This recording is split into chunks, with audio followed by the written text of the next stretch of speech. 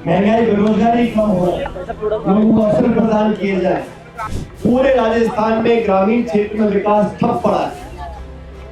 जयपुर में किसी को पता ही नहीं कि किस मंत्री की चल रही है, किस मंत्री की नहीं चल रही है।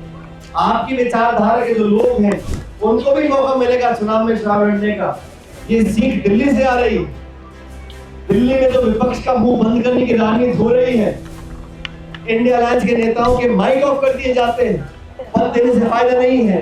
पद देने के बाद उनकी कलम में ताकत हो, वो निर्णय ले सकें, वो विधानसभा लोकसभा पहुंच सकें। नशा मुक्ति को लेकर जैसलमेर से जयपुर तक इतने से ज्यादा भावी नेता मेरे सामने खड़े हैं। इसलिए अपनी ताकत दिखाना जरूरी है।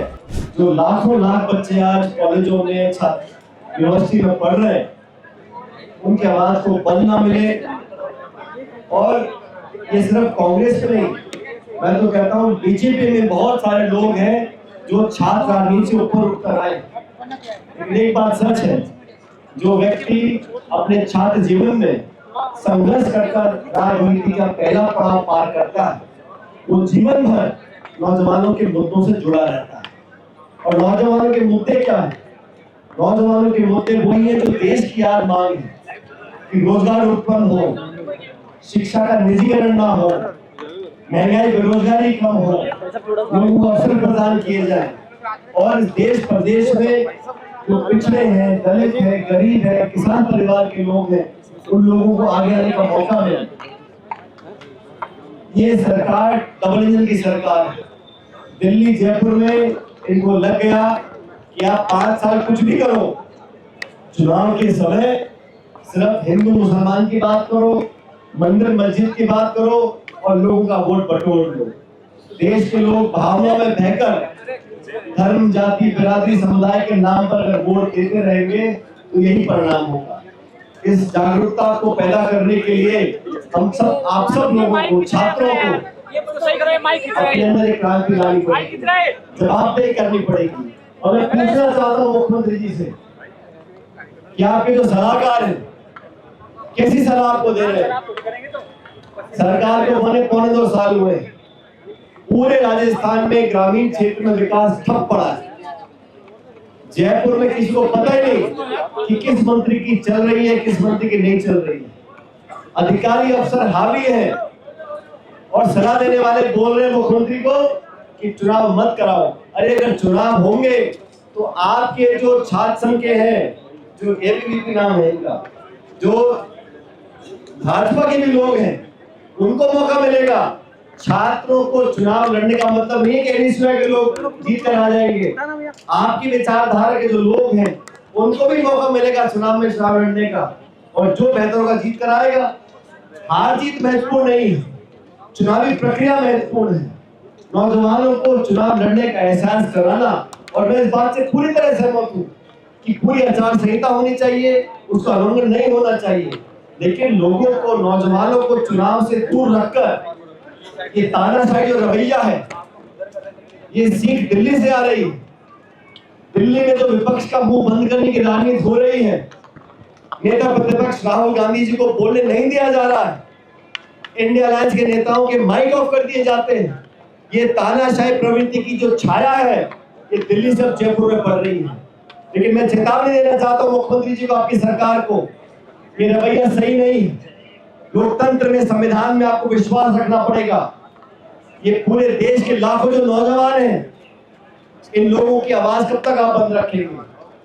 छात्र संघ चुनाव होंगे, लोग जीत कर जाएंगे, अपनी मांगों को रखेंगे, अपनी सुविधा के लिए संघर्ष कर सकेंगे। इस बात को लेकर आज एनएसयूआई ने आवाज उठाई है।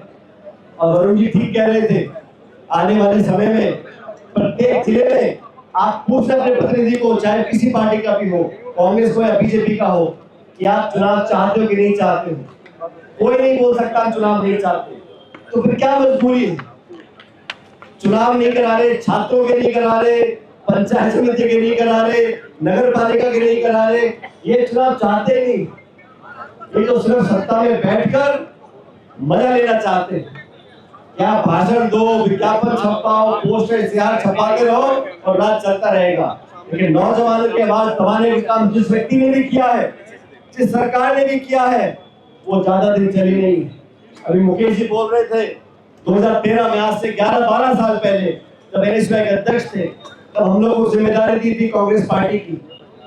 तब से लेकर आज तक हमेशा कोशिश रखी हम सब लोगों ने मिलकर, और मैं विशेष रूप से धन्यवाद देता हूं राहुल गांधी जी का।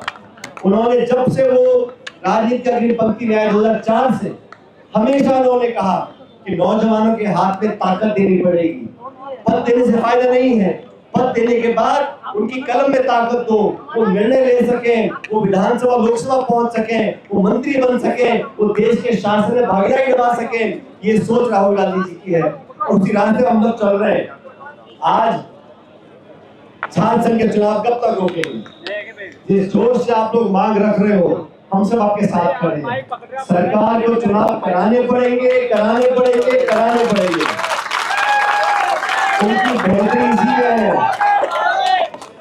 उनकी बेहतरी इसी में है कि संघर्ष ज्यादा गर्म ना हो, अभी नरम चल रहा है।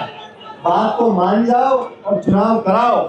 अपने लोग आप खड़े करो, हमारे लोग हम खड़े करेंगे, और जिसको लोग चाहेंगे वो जीत कर जाएगा। जैसा मैंने शुरू में कहा, हार जीत किसी की भी हो, लेकिन चुनाव की प्रक्रिया बहुत जरूरी है। हमारे लोकतंत्र में जड़ें बहुत गहरी हैं, और विश्वविद्यालयों में यहाँ पे लोग अपनी मानसिकता को परखते हैं, विचारों का आदान प्रदान होता है, मुद्दों पर संवाद चर्चा होती है, और फिर जाके वो व्यक्ति जीत कर आता है। मैं धन्यवाद देना चाहता हूँ विनोद जी, आपने साइकिल यात्रा करी नशा मुक्ति को लेकर जैसलमेर से जयपुर तक, उसको भाग लेने का अवसर मिला, नौजवानों को प्रेरित किया। वरुण जी ने एनएसयूआई को संभालने के बाद पूरे देश में राहुल जी के निर्देश के बाद छात्रों को दिशा दी है, छात्रों को ताकत दी है, उनके बाद को बल मिला है। आज हम सब लोग यहाँ पर खड़े हैं, सरकार से पुरजोर मांग करते हैं कि बिना कारण बताए आपने छात्र संघ के चुनावों को क्यों रोका है, इसका जवाब दें। अपनी गलती मानते हुए तुरंत प्रभाव से छात्र संघ के चुनाव की घोषणा करें, ताकि नौजवानों को चुनाव लड़ने का मौका मिले, अपनी प्रतिभा को प्रदर्शित करने का मौका मिले, और छात्रों के मुद्दों को उठाने के बाद हम सब लोग जो करते हैं उसको अमलीजामा पहनाने का काम सरकार को करना पड़ेगा।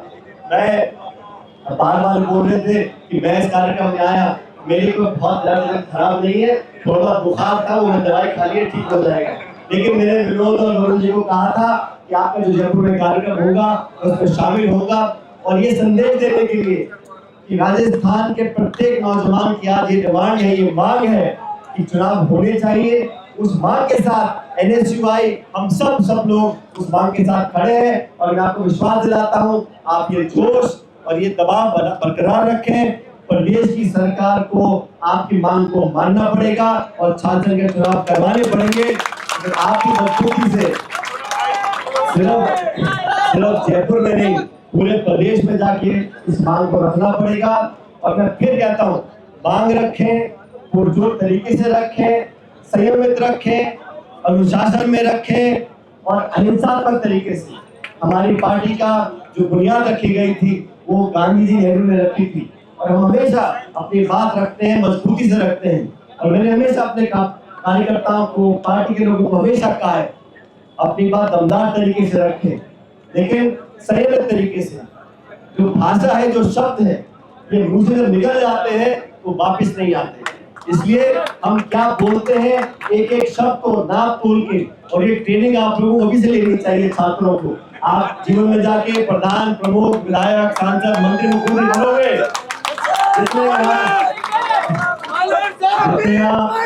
मंच के ऊपर खड़े हैं, उससे ज्यादा भाभी नेता मेरे सामने खड़े हैं, तो बहुत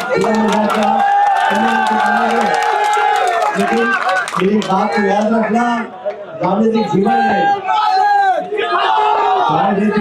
में व्यक्ति का आचरण, व्यक्ति का व्यवहार, व्यक्ति की बोली और झेलने और पीने की क्षमता जीवन में बहुत आपको उपयोगी रहेगी। सहनशीलता, बहुत कुछ झेलने पीने की क्षमता अपने अंदर पैदा करनी पड़ेगी। बहुत सी चुनौतियां आएंगी, बहुत लोग ललकारेंगे, बहुत सी बातें बोली जाएंगी, आपको संयम नहीं खोना, अपना रास्ता रखे रखना। जैसे अर्जुन को चिड़िया की आंख दिखती थी, आपको लक्ष्य देखना है और अपनी बात को मजबूती से रखना है। सहनशीलता, संयम, मधुर भाषा को कोई कमजोरी ना समझे।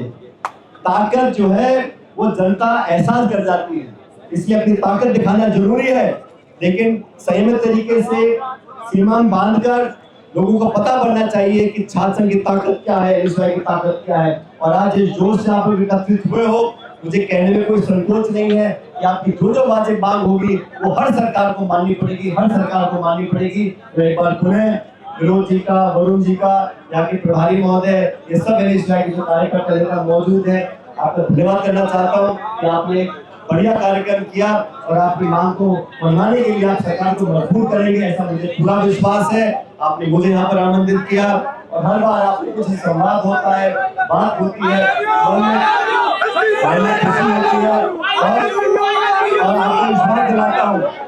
आपको विश्वास दिलाता हूँ हमारे नौजवान, चाहे वो एनएसयूआई के हो, चाहे यूथ कांग्रेस के हो, चाहे कोई भी नौजवान हो, आपकी हर मांग के लिए, आपके संघर्ष के लिए जब भी आप याद करोगे मैं हमेशा आपके लिए खड़ा रहूंगा। बहुत बहुत धन्यवाद।